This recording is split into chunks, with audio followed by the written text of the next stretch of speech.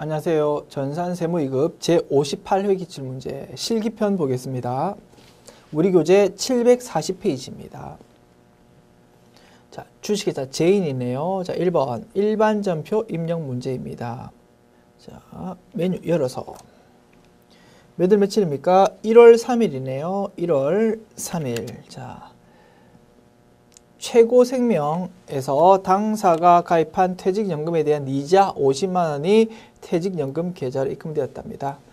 당사는 최고생명에 DB형 퇴직연금을 가입하고 있다. DB형은 우리 회사 돈이죠. 그래서 실제로 직원 퇴사할 때 돈을 주는 것까지 우리 회사가 책임져야 되기 때문에 그 연금에 있는 돈은 우리 회사 돈이다. 그래서 이자가 생겼다. 그럼 회사 재산 늘어나는 거죠. 그래서 대변의 이자 수익이라고 인식하고 50만 원, 차변에 우리 회사 자산인 퇴직연금 운용자산이라는 우리의 자산이, 회사 자산이 늘어나면 되겠다 이겁니다. 1월 3일 차변에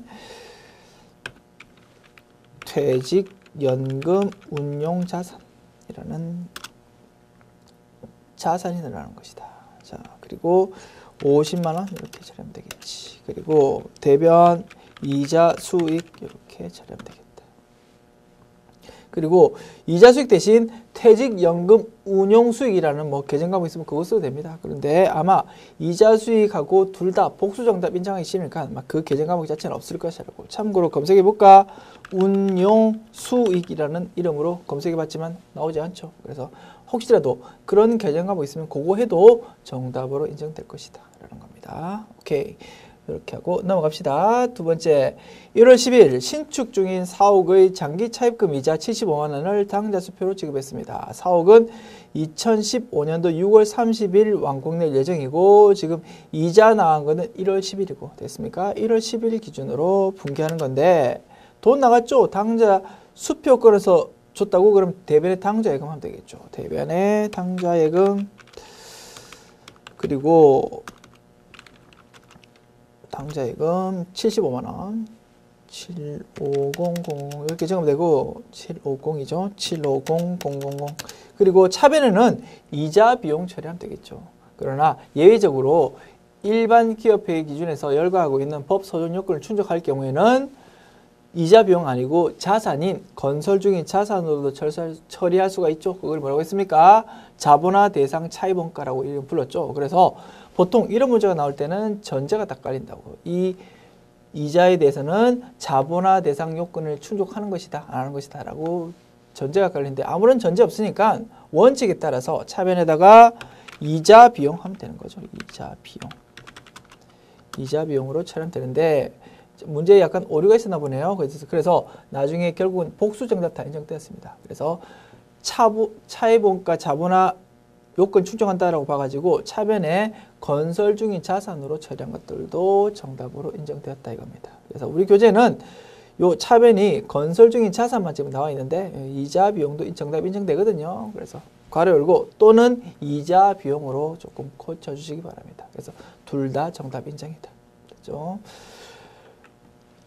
그리고 자 3번 봅시다. 1월 15일 유상증자를 위하여 신주 만주 액면가액이 한 주당 5,000원입니다. 요거를 한 주당 8,000원을 발행했답니다. 어떻게? 할증 발행한 거네. 주식 발행 초과금이 나오면 되겠네 라는 거지. 돈은 당좌 예금으로 들어왔답니다. 그런데 그 과정에서 법무사 수수료, 즉 주식 발행 비용이 좀 생겼고요. 그 다음에 기존에 주식 발행 초과금이 나오는 상황인데 그죠? 기존에 주식 할인 발행 차금이 금액이 조금 있었답니다. 그러면 요거 먼저 없애고 나머지 부분만 주식 발행 초과금으로 처리하면 되겠지. 이렇게 분석할 수 있겠네. 숫자 봅시다. 자, 일단 자본금이 얼마만큼 늘어납니까? 자, 액면가액 기준으로 늘어나겠죠. 5,000원 곱하기 만주 해가지고 5천만 원. 자본금이 늘어날 것이고 주식 발행 초과금 3천만 원 이렇게 늘어날 것이고 그 부분만큼 당좌 예금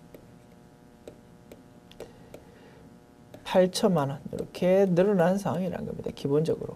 근데 그 과정에서 조금 더 추가로 고려할 게 몇 개 있다 이거지.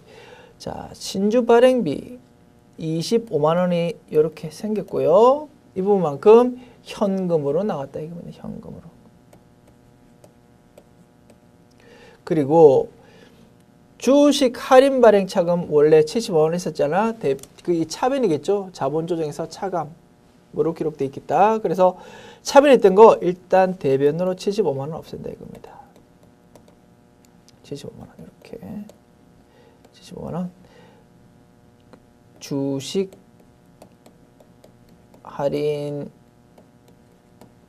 발행 차금 그죠? 이렇게 적어준다. 그래서 이게 3천만 원인 줄 알았는데 25만 원, 75만 원만큼 이런 것들이 대변에 기록되니까 3천만 원에서 조금 쪼그라들어야 되겠지. 이거 두 개 합하면 100만 원이거든. 그러면 2,900만 원으로 쪼그라들면 되겠다 이겁니다.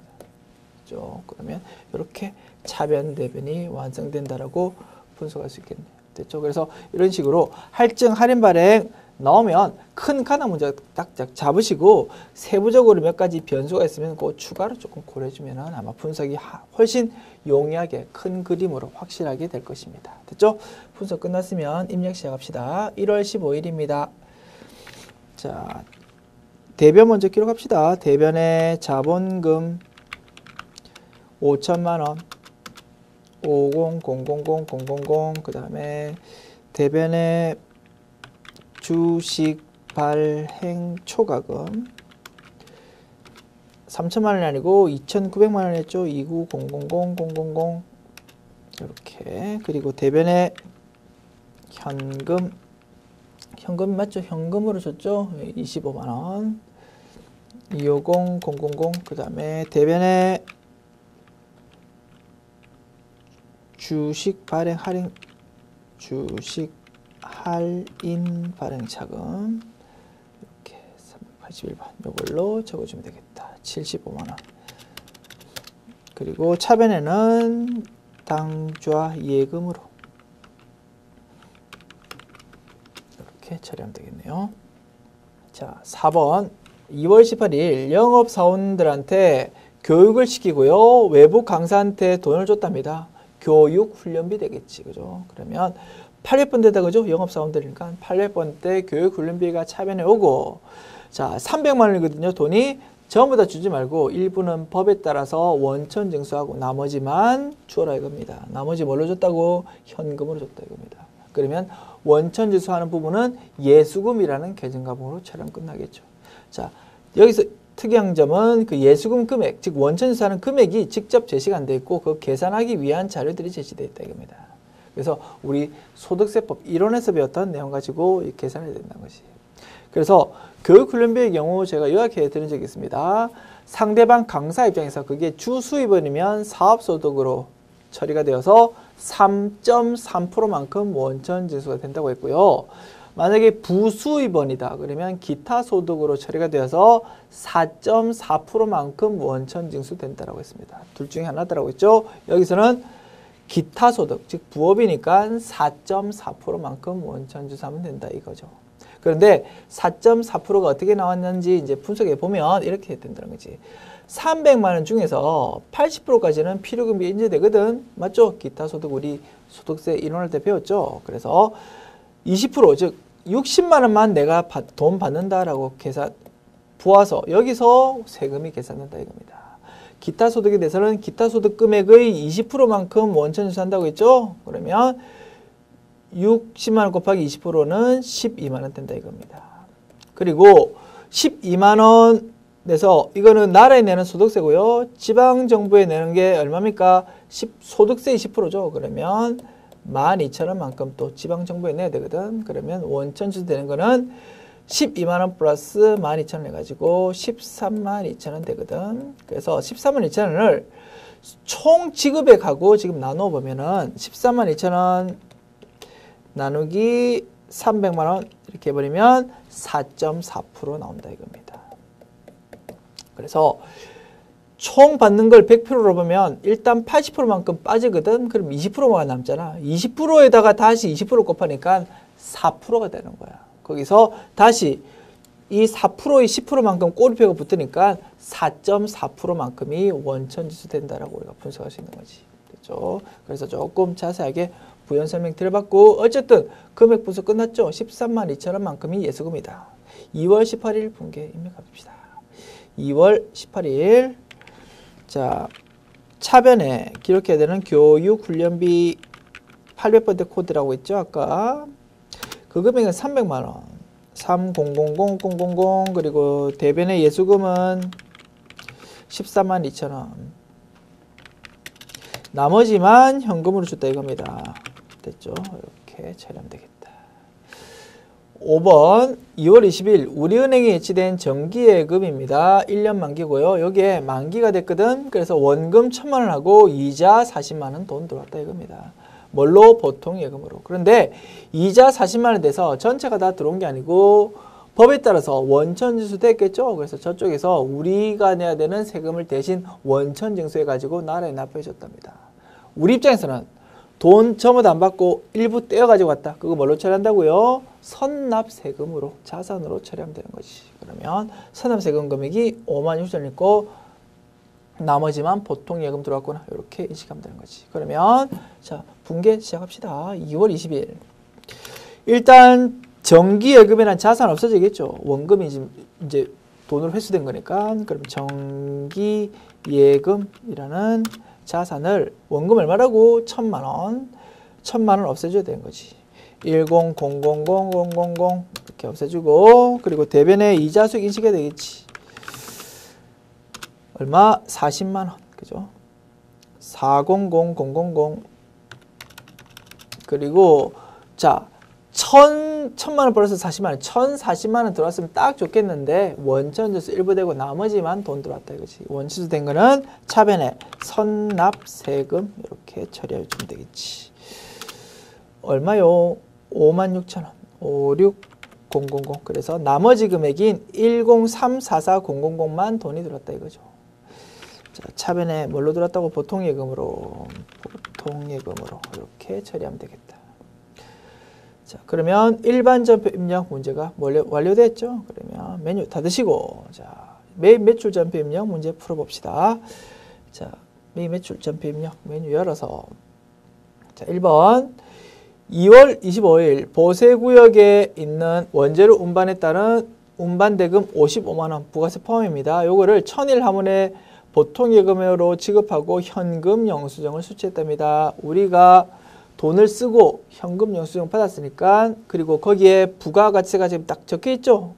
50만 원 공급가액 5만 원 부가세 이렇게 적혀 있으니까 현과라는 매입 전표로 입력하면 되겠죠. 그래서 매입 유형 중에서 현과 번호를 찾아서 입력하면 되겠지. 그리고 계정과목은 차변에 뭘로 적용됩니까? 운반대금이지만 요거는 원재료 사기 위해서 원재료 사는 과정에서 든 취득 부대 비용이죠. 그래서 원재료라는 계정과목으로 차변 처리하면 되겠다. 2월 25일 자, 유형은 매입 전표 중에서 현과 61번 되겠다. 그죠? 61번. 그리고 공급가액이 자, 55만 원에 부가세 포함된 거니까 공급가액 50만 원. 그런데 현과 뭐 이런 거 카드나 현금 영수증 거래는 공급가액 안에다가 공급대가 금액을 그냥 입력해주면 자동으로 쫙 발라지는 기능이 있죠. 여기다가 550000 적어주면 자연스럽게 공급가액과 부가가세가 탁탁 나눠서 기입된다 이겁니다. 천일 하문이 거래처고요. 천일. 그리고 분계는 자 차변에 원재료라고 처리하면 되는 게 맞다 이거죠. 그죠? 그리고 대변에는 보통예금으로 줬다고 했나요? 아까 보통예금으로 지급하고 오케이. 보통예금 이렇게 처리하면 되겠습니다. 자, 두 번째 2월 28일 주식회사 태연의 제품 3억 원짜리입니다. 부가세 별도거든요. 요거를 장기 할부 조건으로 판매했답니다. 그리고 2015년도 2월 28일에 제품 인도했거든요. 그래서 대가 각 부분 받기로 한 때 전자세금계산서를 정상적으로 발급했답니다. 그래서 우리 부가가치세법 규정에 따르면 장기 할부 판매의 경우 공급시기 언제입니까? 각 대가 받기로 한 때죠. 그래서 자 토탈 금액은 3억 원인데 요거에 대해서 이렇게 한 번, 두 번, 세 번, 네 번에 걸쳐서 나누어서 지금 받는다고. 그리고 그 기간이 처음에 물건 인도가 2월 28일 날 했죠. 그리고 마지막 돈 받는 게 2016년도 8월 28일. 그래서 그 기간이 1년이 넘는다고. 그 경우는 장기 할부 판매가 맞고 부가가치세에서 봤을 때, 그리고 그 경우 공급 시기는 대가를 각각 받는 요 시점이 공급 시기다 이겁니다. 그래서 요 시점마다 각각 요만큼씩만 세금계산서를 끊으라 이거지. 됐죠? 그래서 실제로 법에 따라서 제대로 잘 했다 이겁니다. 그래서 그 부분에 대해서 상단에 부가세 정보 입력하고 하단에 매출 인식하라 이거죠. 그러면 입력해 볼까? 자, 입력 일단 해보고 제가 조금 부연 설명 한번 해볼게. 자, 2월 28일입니다. 그러면 일단 우리가 물건을 팔았고요. 그 다음에 세금계산서 정상적으로 발급했죠. 그리고 부가세 적혀있죠. 그러면 11번 과세지 뭐. 유형은 11번 과세. 그리고 금액은 공과에 뭐 적으면 자, 2월 28일에 세금계산서 얼마짜리? 7,500만 원짜리 세금계산서 끄면 되는 거지. 75,000,000 그리고 부가세는 750만 원. 그리고 상대방 거래처는 이름이 주식회사 태현이다. 태현. 이렇게 세금계산서 끄면 됩니다. 1. 그리고 분계는 자, 매출 이렇게 그대로 맞죠? 대별의 매출. 그리고 차변 쪽에는 자, 돈을 뭘로 했다고? 자, 약정기일에 정상적으로 보통 예금으로 받았다 이겁니다. 그래서 차변에 보통 예금 이렇게 처리하면 되겠다 이거지. 이렇게 하면 정답으로 인정되겠다. 그런데 이제 제가 부연 설명 좀 해보려고. 그래서 시험 칠 때는 뭐 이렇게 처리하면 되겠다 이거고요.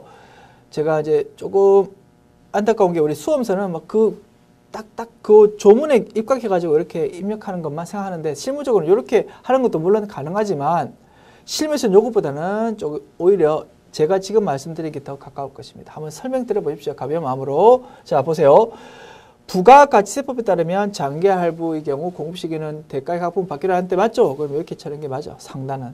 그런데 회계에서는 장기 할부 판매를 하더라도 인도 시점에 모든 수익을 인식한다고 정해져 있습니다. 우리 이 내용을 안 배운 게 아니야. 이론할 때 배웠다고 사실은. 159페이지 펴보실래요? 159. 거래 유형별 수익 인식 시점이라고 해가지고 일반 기업회 기준에 내용 나와 있죠? 여기에 나와 있는데 그 중에서 두 번째 칸에 보면 할부 판매는 장기인지 단기인지 구분하지 않고 일반 기업회 기준에 따르면 회계상으로는 재화 인도 시점에 수익을 인식한다고 했습니다. 돈은 나중에 받더라도 매출 자체는 인도할 때 전부 다 인식해라 그러고 지금 회계에서는 정해져 있거든. 그래서 사실은 장기 할부 판매의 경우에는 회계 따로 세법 따로 나가는 게 일반적이라고 실무에서는. 그러면 이 경우 이렇게 됩니다. 부가세는 이렇게 하는 게 맞지만 회계상은 사실 이렇게 하는 것도 맞겠지. 이렇게 해도 물론 맞아. 이렇게 해도 맞는데 문제는 뭐냐면 일반 기업의 기준에 따라서 회계 처리하는 게 조금 더 정확하겠죠. 회계 처리에 있어서는. 그러면 이게 맞는 거라고. 오히려 더. 매출은 얼마 인식하냐면 2월 28일에 물건 인도했다며. 요 시점에 28일 날 매출 3억 원 다 인식하는 거지. 그리고 돈 얼마 받았습니까? 82500 받았죠. 그래서 보통 예금 8250000 그 다음에 부가세 예수금은 여기 있죠. 세금계에서 발급한 부분, 이 부분만큼이 지금 생기겠죠. 그래서 750만 원. 그리고 자 3억 원 중에서 이번에 받은 그 공급 가액만 가지고 이번에 따져봅시다. 자, 토탈 3억 원짜리 물건 팔았는데 지금 받았던 금액은 7,500만 원밖에 없죠. 그러면 3억 원 빼기 7,500만 원 하면은 2억 2,500만 원만큼 앞으로 돈 받을 게 있다는 거지. 그래서 외상 매출금, 엄밀히 말하면 장기 외상 매출금 2억 2,500만 원. 이렇게 하면 차변 대변 금액이 아마 일치할 것이고 이렇게 처리한 것이 사실은 정확한 우리 일반 기업 기준과 부가가치세법 규정에 딱 모두 다 일치하는 회계 처리일 것이다. 그런데 좀 어렵죠. 다소 어렵고 이렇게 처리하더라도 정답 인정되지만 그냥 단순하게 위에서 끌려온 것 값 그대로 사용해서 이렇게 분개한 것도 정답 인정되고 뭐 이런 식으로 우리 시험에서는 통용이 된다 이겁니다. 그런데 제가 한번 저 이제 실무자지 않습니까? 그래서 여러분 당장 이제 취업해서 나갈 거면 장기열 화물에 대해서 이렇게 경험하겠죠. 그럴 때 조금 폭넓게 조금 이해해 주실까 싶어서 그런 의도로 실무에 가까운 조금 정확한 얘기를 한번 드려봤습니다. 그래서 회계는 회계 기준에 따라서 부가가치세법은 그 세법 규정에 따라서 처리한 것이다. 그리고 한 단계 더 설명드려볼까? 우리 선세금 계산서 특례라는 거 배웠습니다. 공급 시기 전에 미리 세금 계산서 끊을 수 있다고. 자, 그 예외에 따르면 장기할로 판매나 그 다음에 계속적으로 공급하는 부동산 임대용역 이런 경우에는 미리 세금 계산서를 끊을 수 있거든요. 그걸 선세금 계산서 특례라고 하고요. 이와 같이 회계상 매출은 인도 때 전부 다 3억은 다 인식하고 부가가치세는 나중에 실제 돈 받을 때마다 공급식 인식하니까 서로 차이가 나니까 매우 번거롭다고. 그래서 공급 시기는 실제로 나중에 2억 2,500만 원에 대해서 나중에 돈 받을 때가 공급시기지만 회계상 매출하고 공급시기를 똑같이 맞추기 위해서 미리 요 인도하는 시점에 3억 원짜리 세금 계산서를 그냥 한 장으로 그냥 미리 끊을 수도 있다 이겁니다. 선세금 계산서 특례라고 해가지고. 그래서 그 부분도 우리가 이론편에서는 다 배웠다는 거지. 그래서 열심히 우리가 이론편에서 각각 배웠죠. 회계도 배웠고 부가가치세 법도 배웠고. 그래서 그거를 전부 다 종합해가지고 실무적으로 적용할 수 있는 능력이 있으면 더 좋겠다는 겁니다. 그래서 저는 그까지 욕심이 나는데요. 우린 철저하게 지금 수험서죠. 그래서 수험 목적상 이 정도만 알아도 충분하긴 하다라는 거. 그거까지 교통정리를 해드렸습니다. 됐죠? 그래서 자, 요 부분까지 좀 알았으면 좋겠다 이겁니다. 됐죠? 자, 넘어갑시다. 자, 3번 봅시다. 3월 20일에 주식회사 금강기획에 제품 홍보를 위해서 계약금 440만 원을 줬는데요. 여기에는 부가세가 포함되어 있고요. 그리고 현대카드로 결제했답니다. 그러면 계약금 줬으니까 선급금으로 처리하면 되는데 그중에서 40만 원은 부가세니까 부가세 대급금도 포함되어 있는 거래다. 이렇게 분석할 수 있겠네. 그리고 대변에는 미지급금이라고 쓰는 게 일반적인데 미지급 비용으로 써달라고 했으니까 그냥 시킨 대로 써주면 되겠다. 유형은 신용카드 매출전표를 받았죠. 그리고 거기에 부가가치세가 적혀있죠. 그러면 카과로 선택하면 되겠죠. 3월 20일입니다. 3월 20일. 자, 선급금 거래 자주 등장하는데 특이하게도 부가가치세가 적혀 들어있는 선급금 거래다 이겁니다. 자, 카과 57번 카과 적고요. 공급가액에 4400000 적으면 자, 자동으로 공급가액과 부가가치세가 이렇게 나누어서 입력되고요. 그리고 상대방 자, 부가가치세 쪽 입장에서는 자, 상대방 거래처 어디로 해야 됩니까? 금강기획으로 해야 되겠지. 금강기획. 신용카드 매출전표에 보면 공급하는 자 누구 이름으로 금강기획으로 나와 있을 거니까 부가세 신고할 때는 위에 거래처는 금강기획이다. 밑에 분개할 때 미지급 비용에 대한 거래처는 카드사. 그렇게 정리하면 되겠죠. 자, 신용카드사는 어디입니까? 현대카드였죠. 현대카드 적어주고. 분개. 자, 봅시다. 차변의 원재료가 아니고 이번에는 뭡니까? 광고 광고 홍보를 위해서 계약금 준 거니까 선급금이죠. 그죠? 선급금 이렇고 자 400만 원 이렇게 인식하면 될 것이고 대변에 미지급 비용 이렇게 처리하면 되죠. 미지급 비용 시키는 대로 하면 되겠죠. 다만 여기서 미지급 비용의 거래처는 금강기획이 아니고 카드사라고 했습니다. 현대카드 이렇게 적어주면 되겠다. 됐죠? 그래서 몇 가지 신경 쓸 게 있었다. 그죠? 자, 정리해볼까? 자, 선급금 뭐 이건 알겠지만 선급금 거래에서도 부가가치세 대급금이 붙을 수 있다. 그리고 신용카드에 대해서는 거래처가 카드사고요. 위에 상단에 적히는 부가가치세 관련 거래처는 금강기획 쪽으로 적는다. 이것이 핵심이었네. 그리고 카과 뭐 이런 것도 조금 특이하니까 뭐 동그라미 해두셔도 좋겠고. 오케이. 분석 끝났고 자 문제 풀어보고 예, 정리까지 한번 해보았습니다. 자 4번 봅시다. 본사 건물의 주차장으로 사용하기 위해서 토지를 구입한 후에 토지 정지 비용과 구 건물 철거와 관련해서 비용으로 주식회사 평탄 사업에 3,200만 원, 요게 부가세 별도입니다. 요거를 보통예금으로 지급하고 전자세금계산서를 수취했습니다. 세금계산서 받았고요. 거기 부가세 별도라고 됐으니까 부가세가 따로 적혀있다 이거죠. 부가세가 적혀있는 세금계산서를 받았고 토지 관련 매입이니까 매입세 공제 못 받죠. 그리고 매입세 분부제 사유에 해당한다. 두 가지 조건 모두 충족할 때 뭐라고? 유형이 불공, 54 불공이 되겠다 이겁니다. 그래서 54 불공의 전형적인 거래네. 별표 쳐두시고요. 그리고 분개할 때 차변에 수수료 비용 이런 게 아니고 뭐 토지 관련 비용이니까 자본적 지출이니까 차변에 토지라는 취득원가로 처리되겠다라고 분석하면 되겠네. 됐죠? 자, 3월 25일 54 불공. 자, 그리고 공급가액은 3,200만 원. 그리고 공급처명은 평탄, 전자여, 그리고 불공지 사유 중에서 토지 관련 됐죠. 6번. 그 다음에 분계 차변의 원재료가 아니고 토지 이렇게 고치시면 되겠네요. 됐죠? 그리고 부가세 대금 없이 그죠? 3,200만 원 플러스 320만 원 전체가 다 토지의 취득원가가 된다. 대변에 뭘로 줬습니까? 보통예금으로 지급했다. 이렇게 처리하면 되겠네. 5번 수출업자인 한미상사의 로컬 LC에 의하여 공급가액 1,000만 원짜리의 제품을 납품하고 영세율 전자세금계산서를 발급했습니다. 대금은 전액 외상으로 했다. 하단의 영세율 구분은 3번으로 입력할 것. 뭡니까? 우리가 영세율이 적혀있는 영세율 세금계산서를 발급하면서 물건을 납품했다 이거죠. 그러면 12영세 하면 되겠네. 12번 영세. 12영세 공급가액은 10, 000, 000.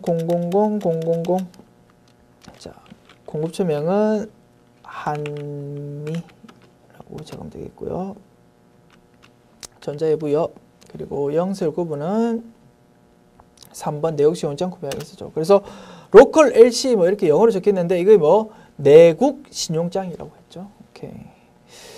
자, 그다음에 분계 봅시다. 분계는 분계는 혼합 이렇게 적고 매출 맞죠? 제품 매출. 그리고 차변에는 외상으로 팔았으니까 외상 매출금 이렇게 적으면 되겠네.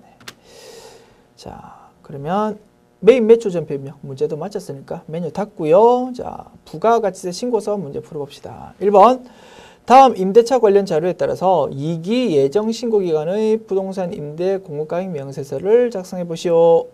임차인 나와 있고 임대기간 나와 있는데요. 자, 임대기간 종료 후 다음 날부터 임대조건 변동 없이 2년간 자동으로 연장되는 조건이랍니다. 자, 이번 2기 예정 몇입니까? 7, 8, 9 세 달이죠. 근데 7월, 8월까지는 종전계약이 되는데 9월 달에 다시 갱신되는 형식으로 우리가 서식을 작성해야 되겠는 거죠. 그리고 보증금 월세 적용되고요. 그러면 간주 임대료에 대해서는 2.5% 이자율을 적용한답니다. 서식에 그 메뉴에 그죠? 이미 입력 세팅이 되어 있겠지. 그래서 우리는 그 보증금 금액만 딱 입력하면 자동으로 간주 임대료 금액은 계산될 것이라고.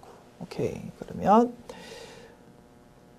부가가치 탭 눌러서 부동산 임대 공급가액 명세서 메뉴 열어서 7, 8, 9 세 달 이렇게 하고요.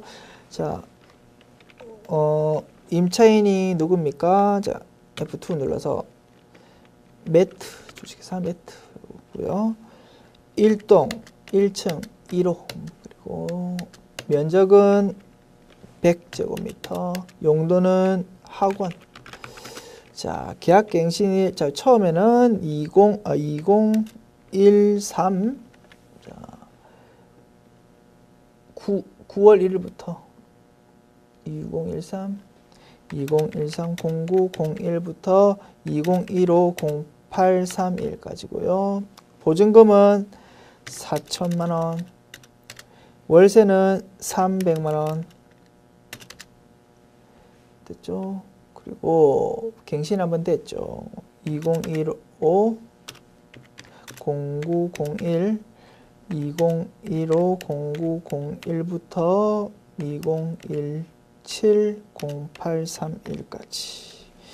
이렇게 2년간 자동으로 연장된다고 했으니까 이렇게 적었습니다. 그 다음에 4천만 원, 뭐 똑같죠? 금액은. 그 다음에 자 300만 원. 이렇게 적으면 자동으로 아마 간주임대료, 월세 이런 것들이 계산될 것이다. 얼핏 한번 검증해 볼까?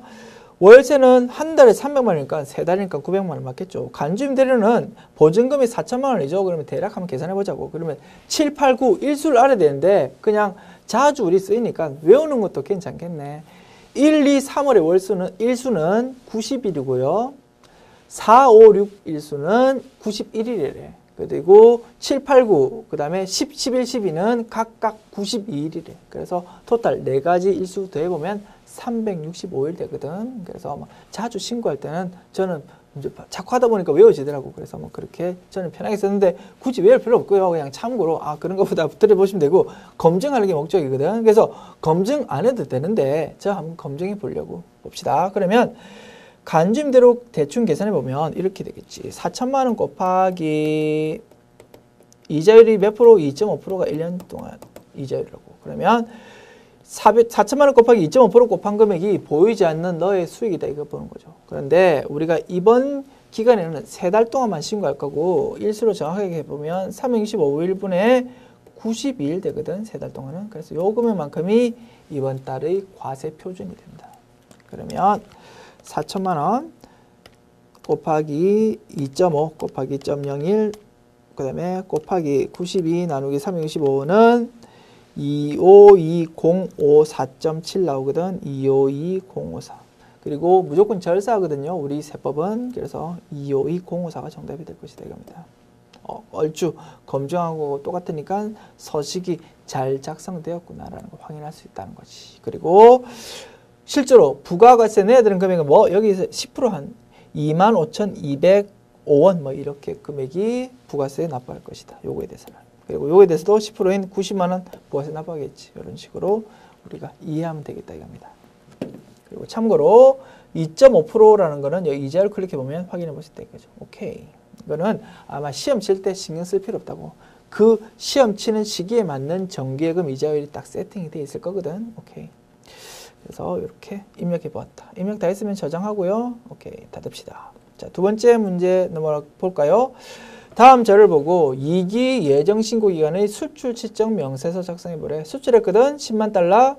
자, 여기에 대해서 수출 신고일자, 선적일자 뭐 이렇게 있는데 뭐 쓰라고? 선적일자 요거 쓰라고. 요때가 공급식이고 요때 환율 얼마? 1달러당 1,100원이거든. 그래서 1,100원 곱하기 10만 달러 한 금액이 과세 표준 되거든. 그거를 서식에 적어주면 되겠다 이겁니다. 그러면 1,100원 곱하기 10만 달러는 1억 1,000만 원 됩니다. 오케이. 요 금액이 서식에 들어가게 되겠다 이겁니다. 자, 분석 끝났으면 바로 입력해 봅시다. 2기 예정이네. 수출 신정 명세서. 2기 예정이니까 789네. 789. 자, 수출 신고 번호는 그 수출 신고 필증 번호 적으면 됩니다.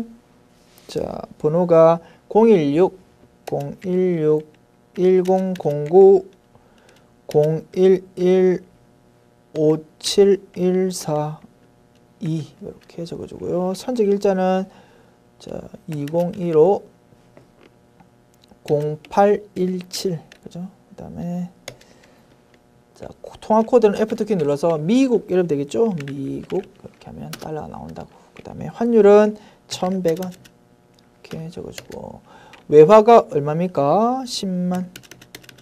그러면 금액이 자동으로 1억 1,000만 원 딱 나오거든. 오케이 됐다 이겁니다. 그러면 입력이 완료됐겠네. 됐죠? 자 거래처 코드 모건사네. 모건 이렇게 적어주면 되겠다. 자 이렇게 하면 다른 거 없죠? 한 건밖에 없죠 지금. 그러면 입력이 완료됐다. 그럼 저장하고요. 닫읍시다. 자 그리고 세 번째 문제 풀어봅시다. 주식회사 J는 2015년도 3월 5일에 과세사업하고 면세사업에 공통적으로 쓰려고 건물을 샀습니다. 거기는 공급가액은 1억 원, 부가세 1,000만 원 이렇게 돼 있는 거고요.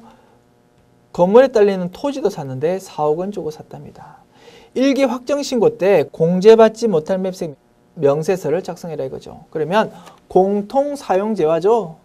자, 그거에 대해서 예정신고 때 산 거죠. 3월 5일이니까. 예정신고 때 샀을 때 전부 다 공제받지 못하지, 부가세 금액을. 왜? 겸업사업자니까. 그래서 과세 부분만 공제받을 수 있거든. 그런데 서식 작성할 때는 일단 수취한 세금계산서 쪽에다가 1억 원, 1,000만 원 이렇게 적어주고요. 그리고 다시 공제받지 못할 매입세 쪽에 면세 비율만큼 불공제로 기록했을 것이다 이겁니다. 예정신고 때. 지금은 뭐 하라고? 확정신고하라고.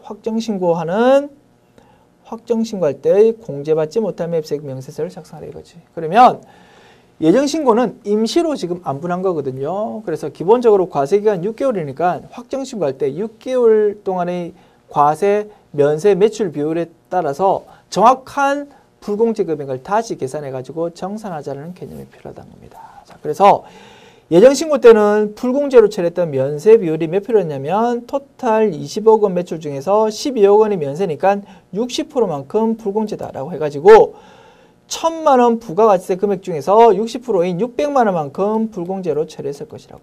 그런데 6개월 기준으로 지금 과세 면세비를 보니까 토탈 50억 원 중에서 32억 원만큼이 면세니까 64%가 면세 비율이었어. 그래서 사실은 640만 원만큼이 불공제 되었었어야 돼.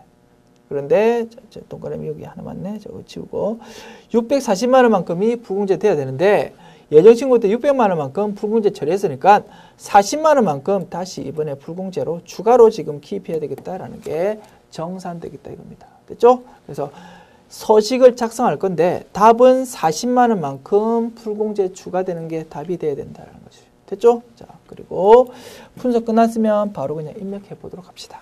자, 부가세 신고서 중에서 서식 중에서 공제받지 못할 매입세 명세서 여기서 이거는 우리가 매입세 불공제 사유에 해당할 때 적는 거고 요거는 안분 예정신고 때 안분할 때 적는 거고 지금은 뭐 확정신고 때 정산하는 거죠. 그럼 요 세 번째 요 탭을 열어가지고 금액을 적어야 된다 이겁니다. 자, 기가 먼저 적어야 되겠네. 이게 1기 확정이죠. 1기 확정. 그러면 456이라고 적어야 되겠다. 자, 그리고 그 안분 비율이 지금 여러 가지 나올 수 있는데 원칙에 따라서 공급가액 기준, 즉 매출액 기준으로 안분한다 이겁니다. 전표 데이터 불러오지 맙시다. 자, 제시된 자료만으로 서식 작성하는 거니까. 자, 총 공통매입세 애당초 물건 살 때 부가가세금이 얼마 있었습니까? 1,000만 원 있었죠. 1,000만 원. 10,000,000 이렇게 있었고, 자, 면세 과세 비율을 이제 따져야 되거든. 총 공급가액에는 얼마? 6개월치 기준으로 매출액을 적어야 된다. 그지? 50억 원 적어야 되겠지. 5000, 이렇게 적어야 되겠다. 그리고 면세 비율은 32억 원이었다. 그래서 3200, 이렇게 적으면 되겠다. 그래서 면세 비율이 64%가 정답이었다 이겁니다. 그런데 기불공제 매입세 예정신고 때는 불공제 얼마 적었다고? 60% 기준으로 우리가 불공제 금액을 신고했었다 이거지. 그래서 600만 원만큼이 예정신고 때 불공제로 처리했던 금액이다. 그래서 40만 원만큼 지금 추가로 불공제 가산해야 된다 이겁니다. 납부세액에 지금 추가돼야 된다 이런 식으로 해석하면 되겠죠. 그래서 그 40만 원만큼 지금 불공제가 추가돼야 되는 것이 답이다. 우리가 분석했던 금액이랑 서식에서 나온 답이랑 똑같죠? 그러면 내가 맞게 작성한 모양이다라는 거 확인할 수 있는 거지. 그렇죠? 이렇게 입력했으면 자, 저장하고 닫읍시다. 닫자. 자, 그러면 부가세 신고서 문제는 다 풀어봤고요. 자, 결산 문제 풀어보도록 합시다. 1번 국민은행의 장기 차입금 차입기간은 2015년도 7월 1일부터 2017년도 6월 30일까지고요. 이자율은 연 5%입니다. 2억 원에 대한 원금이 2억 원 모양이죠. 자, 요거에 대한 이자 지급 약정일은 매년 말일이다. 단기 이자 비용은 미지급 상태입니다. 월할 계산해가지고 거래처명 생각하고 발생주에 따라서 뭐 인식하면 되겠습니까? 돈 빌려가지고 이자 줘야 되겠죠. 차변에 이자 비용, 대변에 아직 안 줬으니까 미지급 비용 이렇게 처리하면 되겠지. 사실은 12월 31일 날에 이자 주기로 했잖아. 주면 되는데 아직 미지급 상태래. 그래서 발생주에 따라서 인식한다는 측면에서 미지급 비용 해도 정답 인정될 것이고 줄 날이 됐는데 아직 안 줬으니까 미지급금으로 회계 처리도 뭐 정답 인정되겠죠. 그래서 우리는 그냥 배운 대로 미지급 비용이라는 계정 과목으로 처리하도록 합시다.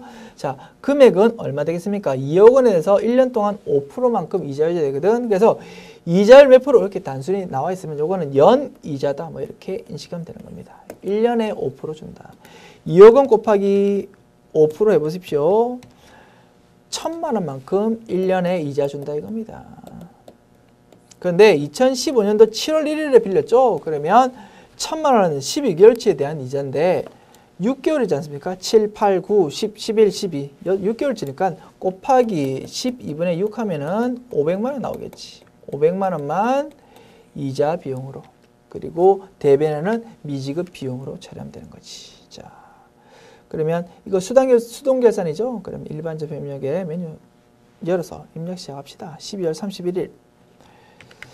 자, 차변의 이자 비용 500만 원. 0000000 대변의 미지급 뭐 비용 하기로 했다. 미지급 비용 500만 원 이렇게 처리하면 되겠다. 두 번째.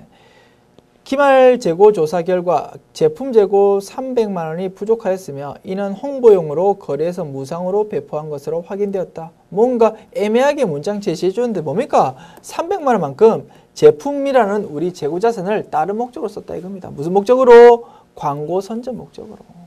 됐으면 그러면 차변의 광고 선전비, 대변에 우리 제품을 차감시키는 제품, 그리고 재고자산이 매출원가 이외로 감소하니까 적요 8번 적어주면 되겠지. 타겟형 대책을 해. 그죠? 그리고 그 광고 선전비는 자, 홍보용으로 무상으로 배포했다. 그러니까 영업 관련이니까. 그죠? 그러면 800번대 광고 선전비로 처리하면 되겠지. 그러면 차변에 광고 선전비 800번대 이걸로 처리하고요. 그 다음에 금액은 얼마입니까? 원가 금액이 지금 대변으로 적혀지죠. 제품 재고. 그래서 300만 원 자체가 3000002 광고 선전비라는 비용으로 처리될 것이다. 대변의 제품 이렇게 적어주고, 자, 적요에 8번 적어주고 이렇게 하면 되겠네요. 3번 외화 장기 차입금을 2015년도 1월 9일 10만 달러 차입 당시 환율이 1030원입니다. 이렇게 차입했는데요. 결산일 현재 환율이 1120 달러당 1120으로 지금 올랐네. 그죠? 자, 요거에 대해서 외화 환산 이익 또는 손실을 지금 인식하라 이겁니다. 거래집력을 생각하기로 합시다. 그래서 외화 장기 차입금이라는 부채가 지금 처음에 돈 빌릴 때는 환율이 이렇게 낮았는데 나중 되니까 엄청 높아져 버리니까 부채가 더 늘어난 거죠. 그러면 외환 차손, 차변의 기록이 되겠다. 금액이. 1달러당 얼마씩 손해봤습니까? 지금 1120원 빼기 1030은 1달러당 90원씩 지금 손해봤거든. 근데 10만 달러니까 금액은 900만 원 되겠네. 900만 원만큼 외화 환산 손실 인식하면 되겠다. 자, 차변에 외화 환산, 자, 환산 손실 900만 원. 900000 그다음에 대변의 외화 장기 차입금, 외화 장기 차입금 900만 원. 그리고 거래처는 입력할 필요 없다고 했으니까 입력 생략하도록 합시다.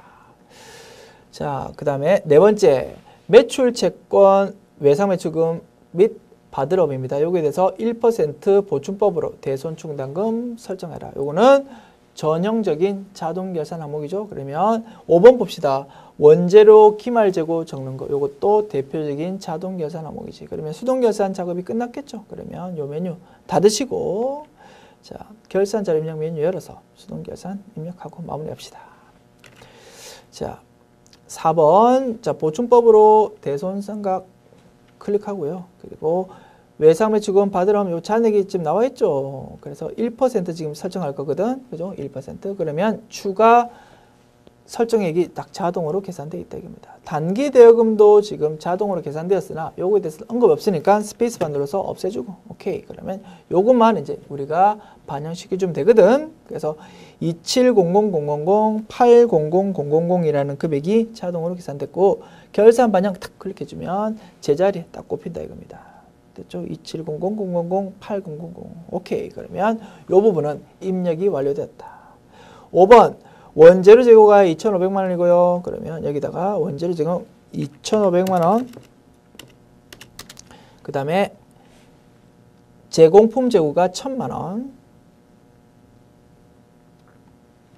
10000000 기말 제품 재고액이 4,500만 원 있는 것으로 확인됐답니다. 자, 실사 결과가 요거라니까 요거 그대로 적으면 되는 거죠.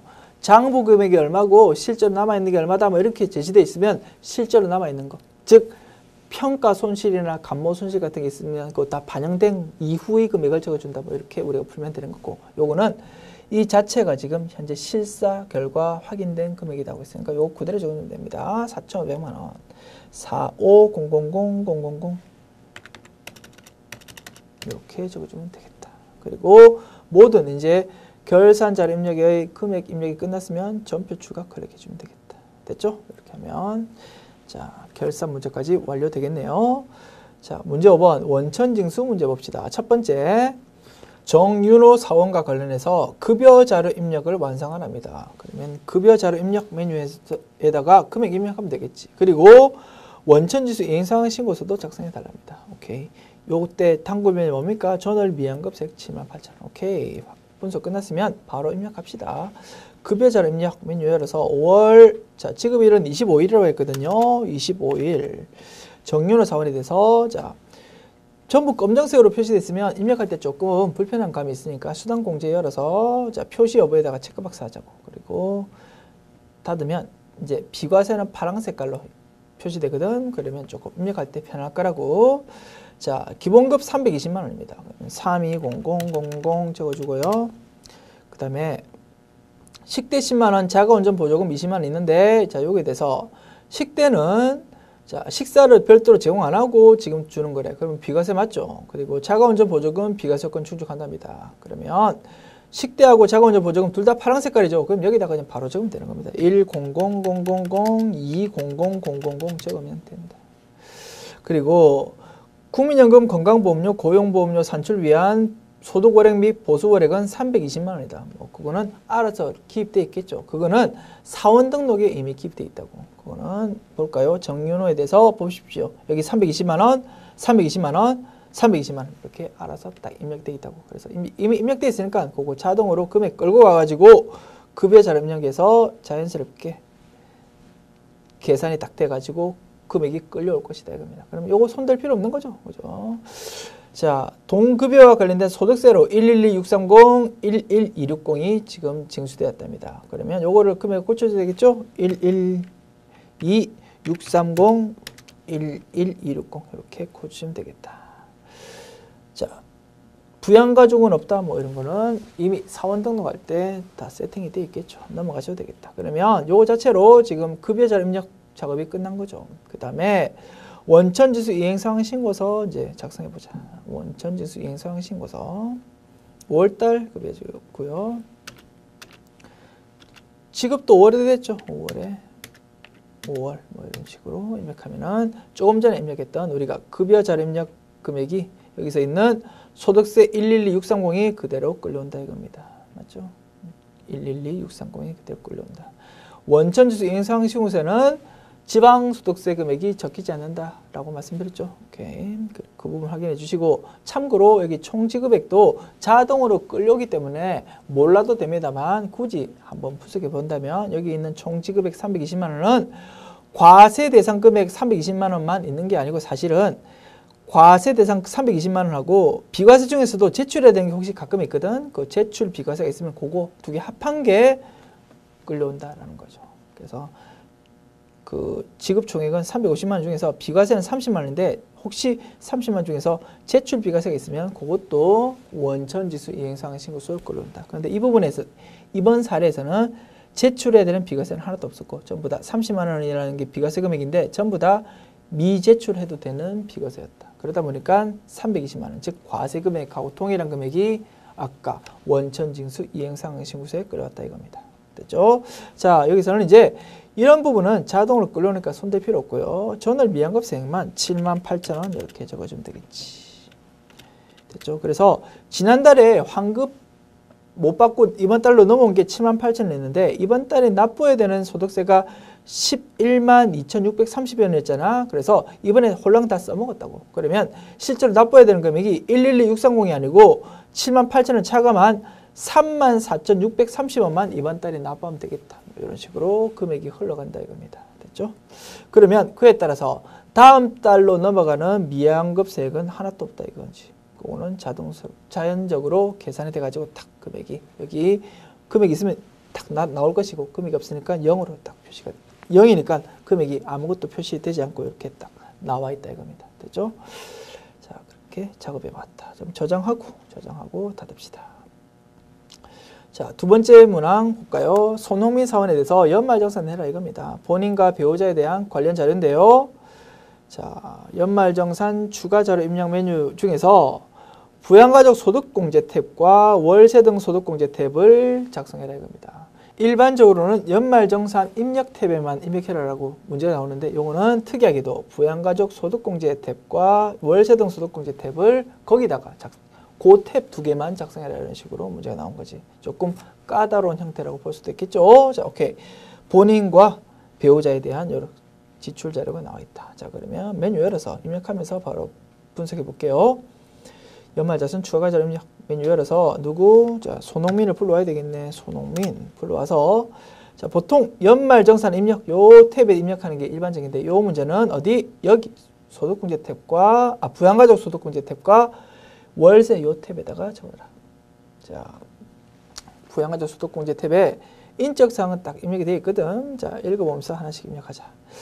2015년도 월세 지급액이 160만 원이고요. 손흥민 월세 소득공제 대상자 맞답니다. 임대인, 우리한테 월세 받는 집주인에 대한 인적사항이 여기 나와 있거든. 요거를 적어줘야 되겠지. 그래서 월세 공제는 사실은 월세, 주택, 임차 차입 요 탭에 금액을 입력해야지만 그 적정한 해당되는 탭으로 금액이 끌려가는 거죠. 그래서 연말정산 입력 탭 이런 데서 바로 금액을 입력 못한다는 겁니다. 그래서 반드시 요 탭에다가 입력한다.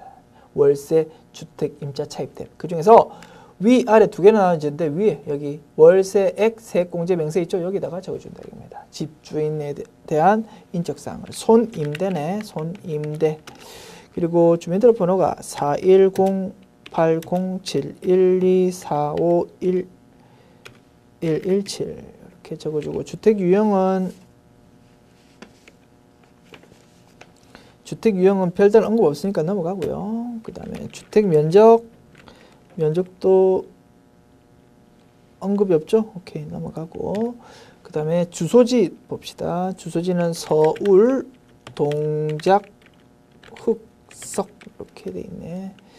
그 다음에 게시일은 2015-0901 2016-0831 이렇게 적어주면 되겠네요. 그 다음에 월세액이 연간 월세액이죠. 1년 동안 냈던 월세액은 자 1600000 적어주면 되겠지. 자, 이렇게 적어주면 자 첫 번째 월세에 대한 입력은 완료됐다. 자 이제는 부양가족 소득공제 탭에다가 금액을 입력해 주면 되겠습니다. 그래서 부양가족 소득공제 탭에 뭐가 입력됩니까? 보험료, 의료비, 교육비, 신용카드, 기부금, 오른쪽에 보면 기부금 있죠. 기부금 있죠. 그래서 요 다섯 가지 요 지출에 대해서만 입력이 되거든. 보험료, 의료비, 교육비, 신용카드, 기부금 요 다섯 가지 지출만 입력이 된답니다. 그렇다 보니까 아까 월세에 대해서는 여기 입력할 칸이 없죠. 그렇다 보니까 월세, 주택, 임차 차입 요 탭에다가 입력했던 거지. 됐죠? 자, 이제 분석해보면서 입력 시작합시다. 부친의 병원비를 본인 신용카드로 지출했는데 금액이 200만 원이래. 신용카드로 지출했을 때 의료비를 지출했다. 그럼 의료비도 공제받고 신용카드도 공제받습니까? 받는다 이겁니다. 그래서 일반적으로 많이 공제받는 거 분석해봤죠. 보의, 교, 기, 신, 보험료, 의료비, 교육비, 기부금, 신용카드 이렇게 5개를 많이 적용받는데 이 신용카드를 앞에 열거된 4개를 신용카드로 결제했을 때 공제를 분석해보면 기본적으로 신용카드 지출액으로 인정이 안 된답니다. 예를 들어서 보험료를 신용카드로 썼다고요? 그러면 보험료 공제를 받아먹는데 신용카드 사용액으로 인정 못 받는다. 이런 식으로 처리된답니다. 의료비, 그러나 예외적으로 의료비만은 의료비도 공제받고 신용카드도 공제받는답니다. 딱 하나 의료비. 그리고 하나만 더 추가로 교육비도 공교육비를 신용카드로 결제했으면 공교육비 자체는 교육비로 인정받는데 신용카드 사용액으로 인정 못 받는데 그런데 딱 하나 학원비 있죠. 학원비는 신용카드로 끄면 교육비도 인정받고 신용카드도 인정받는데 그래서 굳이 정리해보자면 2가지 그 의료비와 사교육비 2가지만 신용카드도 공제받고 해당되는 지출도 그쪽으로 공제받고 이런 식으로 정리해 볼 수 있습니다. 이 내용이 우리 본문에도 정리되어 있고요. 별책 제일 마지막 부분에도 정리가 되어 있으니까 이제 참조로 해 주시기 바랍니다. 자, 그러면 여기서는 의료비를 신용카드로 썼으니까 의료비도 공제받고 신용카드도 공제받는다 이겁니다. 그런데 특이한 점은 아버지의 병원비죠. 그래서 아버지는 보세요. 55세니까 소득금액은 없습니다만 나의 요건 충족 못하죠. 그래서 기본공제 대상자가 아닙니다만 의료비는 나의 요건, 소득금액 요건 따지지 않고 모두 다 공제해주는 특징이 있죠. 그러니까 공제받을 수 있다 이겁니다. 다만 입력할 때 손흥민 이쪽 란에다가 입력하지 말고 아버지에 대한 의료비지 않습니까? 그러면 손중식 요 아버지 쪽에다가 컷을 딱 두고 여기 밑에서 의료비 여기서 지출 여기다가 적어달라는 거지. 그래서 자료는 전부 다 국세청 자료인 것으로 가정했으니까 자 국세청 이쪽 여기 있죠. 요 위에 첫 번째 라인에다가 모두 다 적어주면 된다. 그래서 일단 손중식이란 아버지 쪽에다 컷을 두고 국세청이면서 의료비 이쪽에다 지출에다가 금액을 적어주는 거지. 얼마? 아까 얼마 했습니까? 금액이 200만 원이었다. 그죠? 200만 원. 2000000 이렇게 적어달라. 그리고 신용카드도 인정받는다고 했죠. 신용카드는 아버지 신용카드가 아니고 손흥민 본인의 신용카드 사용이죠. 그래서 손흥민 이렇게 클릭해가지고 신용카드 여기다가 적어달라 이겁니다. 2000000 이렇게 확인 이렇게 하면 됩니다. 그래서 만약에 우리가 일반적인 스타일대로 연말정산 입력 탭에다가 입력한다면 뭐 이게 아버지 쪽에다 들어가야 되는 건지 손흥민 쪽에 들어가야 되는 건지 그런 것까지 신경 쓸 필요는 없는 거죠. 그런데 부양가족 명세 이쪽 탭에다가 입력해 달라고 문제가 출제되다 보니까 이렇게 까다롭게 조금 발라가지고 정확하게 구분해서 입력해 주는 특징이 있다 이겁니다. 그렇죠? 그래서 조금 까다로운 형태다라고 이해하시면 되겠네. 그렇지만 이해 안 가신 건 아니죠. 그래서 한 번쯤 특이하다 이거지. 한번 해보면 이제 익숙해지겠다 이겁니다. 자, 부친의 의료비를 제외하고 본인을 위해서 지출한 기타 공제 가능한 신용카드 금액이 420만 원 있다 이겁니다. 그러면 아까 200만 원에다가 420만 원 합해가지고 620만 원을 적어야 되겠다. 그죠? 손흥민의 신용카드는 620만 원. 6200000 적으면 되겠지. 됐죠? 확인 누르시고요. 그 다음에 자 배우자 이지은이 신용카드로 지출한 총액이 600만 원 있는데 이렇게 구성되어 있대. 조금 까다롭다. 그죠? 아까 우리가 정리해봤던 신용카드로 각종 지출액을 썼을 때 이것도 공제받고 저것도 공제받냐 그 내용을 알아야지만 풀 수 있는 형태네. 자, 신용카드로 보험료, 생명보험료, 즉 보장성 보험료죠. 요거를 신용카드로 결제했다고 그러면 보장성 보험료 50만 원은 공제받을 수 있지만 신용카드 사용액으로서는 인정 못 받는다 이겁니다. 그렇죠? 그리고 국외에서 사용한 신용카드 아예 인정 안 된다. 대형마트에서 지출했다 이거 인정되겠죠. 외식비로 지출했다 이거 인정되겠죠. 그래서 인정 안 되는 거 열고 했지 않습니까? 거기 해당되는 거 없으면 인정된다 이겁니다. 그래서 토탈 600만 원 썼지만 50만 원과 230만 원, 즉 280만 원만큼은 인정 안 되고 나머지 320만 원만 인정된다 이거지. 누구? 배우자의 신용카드로. 됐죠? 그러면 이전 컷을 두고요. 신용카드 그리고 국세청 이쪽에다가 320만 원이죠. 3200000을 적어달라 이겁니다. 확인 누르고요. 그 다음에 보험료 쓴 거 있잖아. 50만 원 그죠? 그러면 이거는 자 아까 국세청 자료에서 보험료 여기 있죠? 보장성 보험료죠? 오케이. 보장성 보험료. 일반 보장성이면서 국세청 자료죠? 여기에다가 얼마? 500이 있나? 500000 이렇게 적어주면 되겠네. 확인 누르면 되겠네. 됐죠? 그 다음에 현금 영수증으로 지출한 총액은 400만 원이고 모두 소득공제 대상에 해당한다. 그러면 자 이쪽에 아까 확인 눌렀잖아. 여기서 현금 영수증 쓴 것도 아까 있었죠. 400만 원 4000000 이렇게 입력해 주면 되겠네. 확인 됐습니다. 이렇게 입력하면 모든 지출에 대한 입력이 완료됐네. 그래서 다소 까다로운 형태라고 볼 수 있네. 왜냐면 자 일단 부양가족 소득공제라는 그 탭을 사용한다는 게 조금 특이했고 그 다음에 보험료, 의료비 이런 것들을 신용카드로 지출했을 때 신용카드도 공제받고 의료비나 보험료도 공제받냐 그 부분에 대해서 판단을 할 수 있어야지만 우리가 정확하게 입력할 수 있는 문제였으니까 됐죠. 그래서 두 가지가 조금 특이한 다소 까다로운 형태였다. 그렇지만 정리되죠. 오케이. 그래서 우리가 배운 내용 안에 다 들어간다 이겁니다. 됐습니다. 여기까지 정리해 보면 58회 기출문제 풀이가 완료됐네요. 수고하셨습니다.